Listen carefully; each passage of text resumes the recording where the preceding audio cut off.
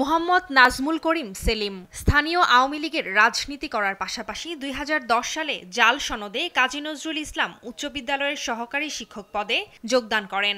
এরপর আওয়ামী লীগের প্রভাব খাটিয়ে বিদ্যালয়টির সাবেক প্রধান শিক্ষক রিয়াজ উদ্দিনকে সাময়িক বহিষ্কার করিয়ে অবৈধভাবে ভারপ্রাপ্ত প্রধান শিক্ষক হন তিনি। তার মতো প্রভাব খাটিয়ে জাল এনটিআরসি সনদে একই প্রতিষ্ঠানে দাপটের সঙ্গে সহকারী শিক্ষক হিসেবে চাকরি করছেন পারভিন আক্তার।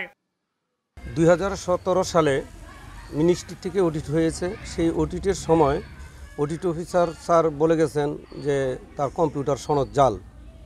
তারপরেও আমি আজও পর্যন্ত সেই মিনিস্ট্রি অডিটের রিপোর্ট পাইনি।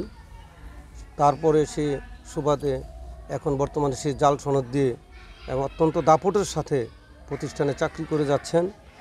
পারভিন আক্তারের বিষয়ে বলে গেছে দুজনেরই তাদের সনদ জাল একথা বলছে, কিন্তু এখন পর্যন্ত তো আমি মিনিস্ট্রি কোনো রিপোর্ট পাইনি। তার এনটিএসআর সনদ জাল বলে আখ্যায়িত করে গেছেন।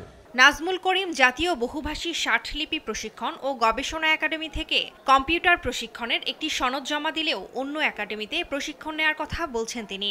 আর জাল সনদে চাকরির বিষয়ে ক্যামেরা ও মুঠোফোনে কথা বলতে রাজি হননি পারভিন আক্তার। আমার এই বিষয়ে কথা জানো না, আমার দুইটা মিনিস্ট্রি রয়েছে, আমি দুইটা মিনিস্টার ফেস করছি, তো মিনিস্টার তো আমার এমনি চাইতো না, আমার যে জাল থাকতো মিনিস্টার ছাড়তো।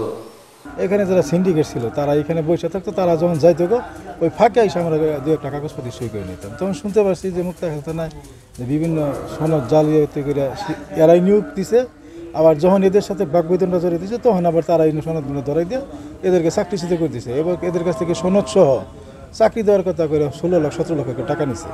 এবং যখন আবার তারা এই টাকা ফেরত চাইছে 2-1 পুলিশেও সোপর্দ করছে তারা, পরে তারা বাধ্য হয়ে মুছে লেখা দিয়ে চাকরি ছেড়ে চলে গেছে। এবং এটা সম্পূর্ণ নিরাপত্তা ছিল এই যে সিন্ডিকেটের 4 জন আর হলো মাধ্যমিক উপজেলা মাধ্যমিক শিক্ষা অফিসার। জাল সনদে কারো চাকরির সুযোগ নেই অভিযোগের প্রেক্ষিতে তাদের বিরুদ্ধে প্রয়োজনীয় ব্যবস্থা নেওয়ার কথা জানিয়েছেন এই দুই কর্মকর্তা। এই দুইজনের যে সার্টিফিকেট জাল এটা আমরা যাচাই বাছাই করে দেখব এবং দুই পক্ষকে আমি ডাকবো, ডাকার পরে তাদের কথাবার্তা শুনে যদি এই শিক্ষক দুজনের সার্টিফিকেট যদি প্রকৃতপক্ষে জাল হয় তাদের বিরুদ্ধে ঊর্ধ্বতন কর্তৃপক্ষের দৃষ্টি আকর্ষণ করা হবে। সার্টিফিকেট জাল মানে তার নিয়োগটাই অবৈধ হয়ে যাবে যদি সার্টিফিকেট জাল প্রমাণ করা সম্ভব হয়।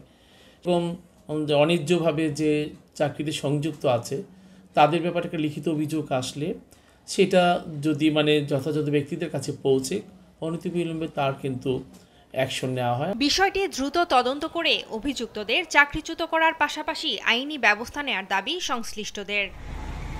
নিউজ ডেস্ক, দেশ টিভি।